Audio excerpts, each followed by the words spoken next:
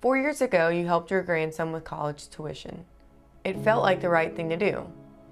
Family helping family. Now, as you face the staggering cost of a nursing home, Medicaid is asking for every financial record.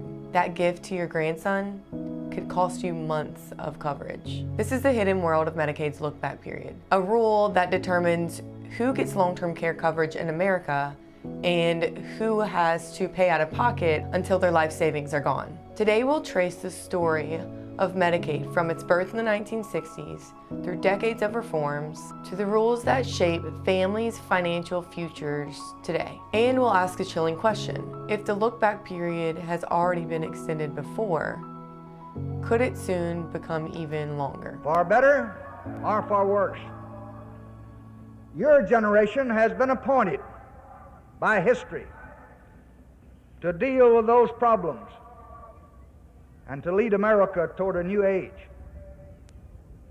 You have the chance never before afforded to any people in any age. You can help build a society where the demands of morality and the needs of the spirit can be realized in the life of the nation. In 1965, President Lyndon B. Johnson signed into law the Social Security Amendments, creating Medicare and Medicaid. Medicare was straightforward, health insurance for seniors. Medicaid, on the other hand, was a little bit more complex. It was built as a joint federal-state program to help low-income Americans pay for medical care, primarily children, mothers, the blind, and the disabled. From the beginning, Medicaid was never meant to be universal. It was a patchwork system. The federal government offered funding and broad rules, but states controlled eligibility and benefits. In its first year, Medicaid covered about 4 million people, but no one in 1965 imagined that within decades it would grow to cover over 70 million and become the largest payer of long-term care in America. What we won when all of our people united just must not now be lost in suspicion and distrust and selfishness and politics among any of our people.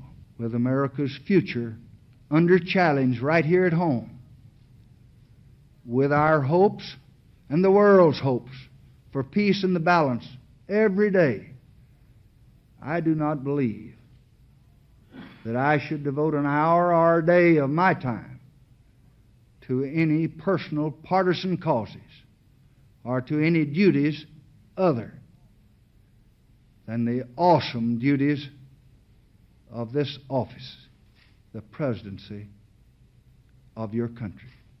Accordingly, I shall not seek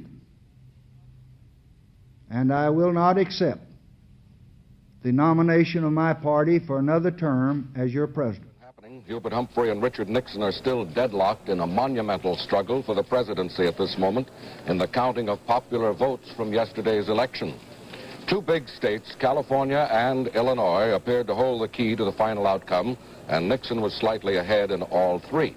And at this hour, with 88% of the popular vote counted, Nixon had 43% and Humphrey also 43%. I also told him that as he finished this campaign that I know exactly how he felt.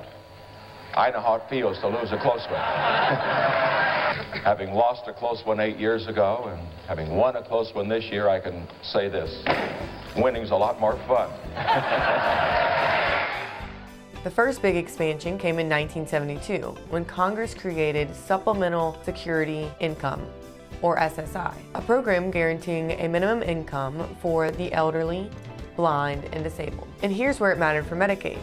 In most states, if you qualified for SSI, you also qualified for Medicaid. Some states kept tighter rules, but for millions of poor seniors and disabled Americans, this was the first time they had guaranteed access to both income support and health coverage. Almost overnight, Medicaid's role shifted. It was no longer just a program for low-income families with children. It became a safety net for older Americans and people with disabilities, groups that would later drive the demand for long-term care coverage. By the late 1970s, Medicaid was covering the majority of nursing home residents in America. But this created two problems. First, Medicaid was never designed to bear this cost. Second, families figured out the rules. To qualify, you had to have limited income and assets. That meant middle-class families faced a cruel choice. Spend everything on your care until you were poor enough to qualify for Medicaid, or find a way to move your assets somewhere else. This tension of families trying to preserve inheritances and states trying to preserve budgets set the stage for the next 40 years of Medicaid reform. We're going to call another state for Ronald Reagan. Okay. Not surprisingly, it's a big one. It's his home state, California, 45 electoral votes. Ronald Reagan picks up his home state of California. He has never lost a race there. And we fill in that big chunk of the map, once again with blue, now solid blue practically, all the way from the Mississippi River westward, leaving only Oregon, Washington, and Arkansas, as you can see. Beginning to look like a suburban swimming pool over there. Well, and even in the East, Sherman Oaks, I'd say, probably. even in the East, Reagan is ahead of New. Well, go ahead and have a look at this. We just want to show you the electoral vote. Ronald Reagan pushing hard at 400 electoral votes. No one was saying that just a couple of days ago. Jimmy Carter stuck on 35. There are fewer and fewer states to come in. Ronald Reagan, as we said early in the evening, locking up a big chunk of Jimmy Carter territory, or what was thought to be Jimmy Carter territory. The lead now is just overwhelming. It's almost beyond description at this point. No one expected that map to fill in quite that way until the closing hours, I think, of this election. In the 1980s, Congress decided to act. Lawmakers had heard too many stories of families giving away property on Monday, applying for Medicaid on Tuesday, and having taxpayers foot the nursing home bill by Wednesday. Congress responded with the first transfer penalty rules. In the last few years, we've made enormous strides in our efforts to ensure that you get the maximum benefit out of every tax dollar you send to Washington. Just this week, I signed H.R. 1444, which will improve the government's tools for weeding out fraud and abuse in the Medicare and Medicaid programs. States were allowed to look back 2 to 2.5 years at an applicant's finances. If they found property was given away or sold for less than fair market value, they could delay Medicaid eligibility. The length of the penalty was based on the value of the transfer compared to the average cost of care. But the enforcement was uneven.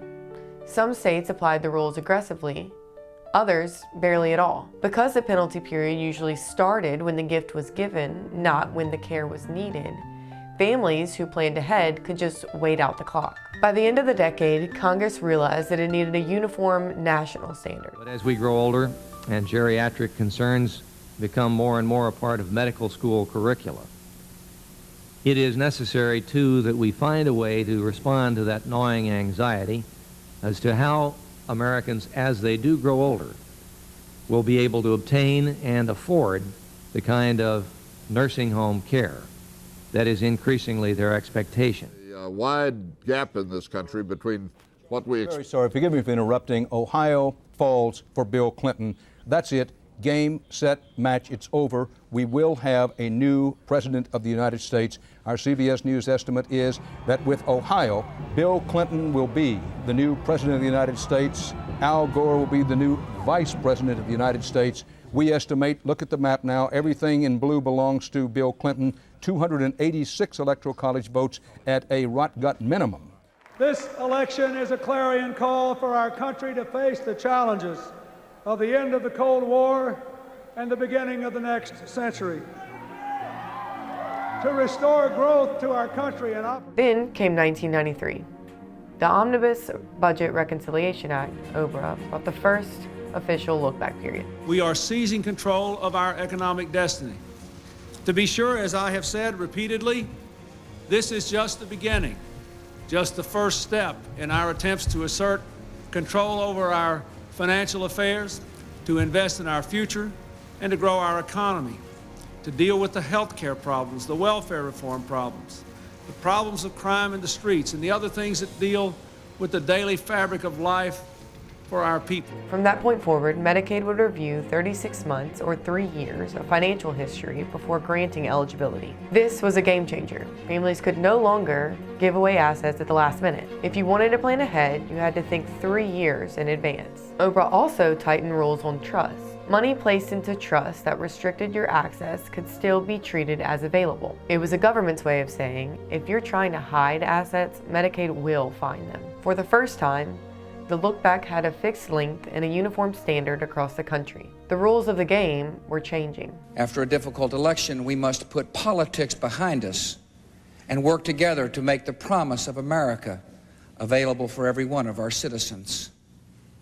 I'm optimistic that we can change the tone in Washington, D.C. I believe things happen for a reason, and I hope the long wait of the last 5 weeks will heighten a desire to move beyond the bitterness and partisanship of the recent past.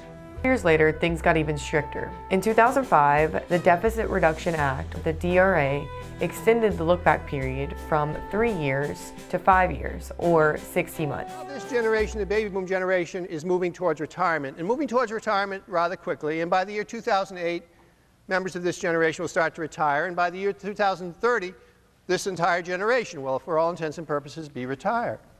And the practical effect of this huge generation retiring is that it's going to put massive demands on the people who are working. In other words, our children, my children, children of the baby boom generation, and their children's children are going to have to pay taxes to support the retirement benefits of this massive generation. And to try to put it in perspective, in 1950 there were about 16 people working for every one person retired. Today there are about 3.5 people working for every one person retired. By the time we hit the year 2030, there will only be 2 people working for every one person retired in this country because the baby boom generation is so huge. What is the impact on our federal treasury, but more specifically on the taxpayers of this country, our children, when this happens? Well, this chart with the red line shows it most dramatically. This is just 3 programs in the federal government: Social Security, Medicare, and Medicaid, and the spending that they absorb. Now, historically, federal spending, the amount spent by the federal government, has averaged about 20% of the gross national product for a long time. That's the blue line here. And you can see that back in 1980, Social Security, Medicare, and Medicaid took up about 8% of the gross national product, and the rest, and the balance was taken up in the federal spending in national defense and other items. Today, that number has gone up so that it represents about 10% of the gross national product. It's being absorbed by Social Security, Medicare, and Medicaid. But as you can see from this chart, by about the year 2030, when this baby boom generation is fully retired, these 3 programs alone, Social Security, Medicare, and Medicaid, will use up all the revenues of the federal government, all of them. They will represent in spending 20% of gross national product. The practical implications of that are that you'll have no money available for national defense, for education, for environmental cleanup, for all the different things you'd like to do, for Veterans Affairs, because these 3 spending programs, Social Security, Medicare, and Medicaid, will essentially be absorbing 20% of the gross national product unless you want to dramatically increase the taxes on our children so that they actually end up paying more than 20% of gross national product in taxes, or you're willing to slash these programs and the benefits going to seniors. But that wasn't the only change. Before the DRA, the penalty period for transfers started immediately, sometimes running out while the applicant was still healthy at home. Families could burn through the penalty before care was needed. The DRA closed that loophole. The Deficit Reduction Act will also reduce the growth in Medicaid spending by nearly $5 billion over the next 5 years.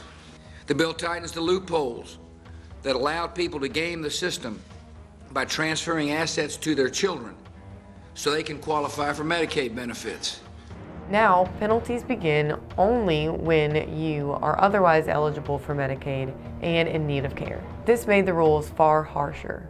Imagine needing nursing home care today, but being penalized for 18 months for a gift that you gave 4 years ago. You're already in crisis, but now you have to pay tens of thousands of dollars before Medicaid will help. The DRA created the modern look back. 5 years of scrutiny, penalties that bite when families are most vulnerable, and exceptions so narrow that only specialists could navigate them. And here's the unsettling truth. The look back has already grown twice, from no period to 3 years to 5. So what's to stop Congress from extending it again to 7 years?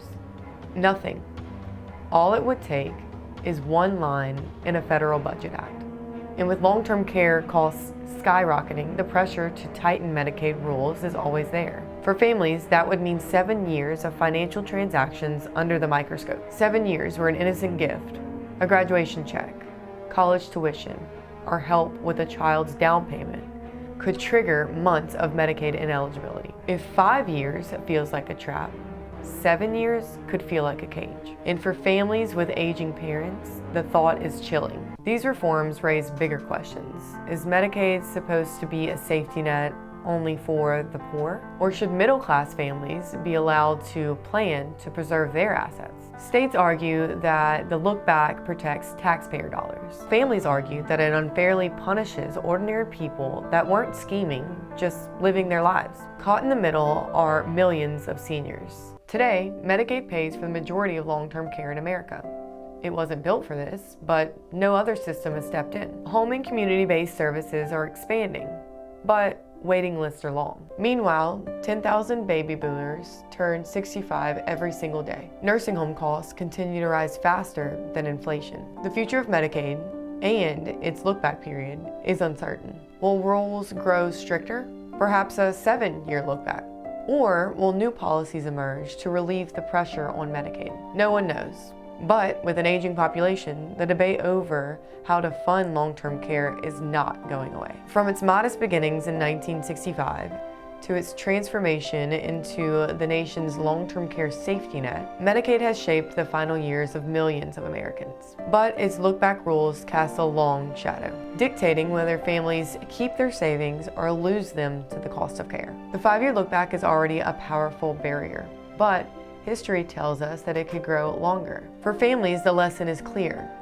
The best time to plan is not when crisis hits, but years earlier. Because in Medicaid, what you do today can echo far into the future. And that is the story of Medicaid and its ticking clock.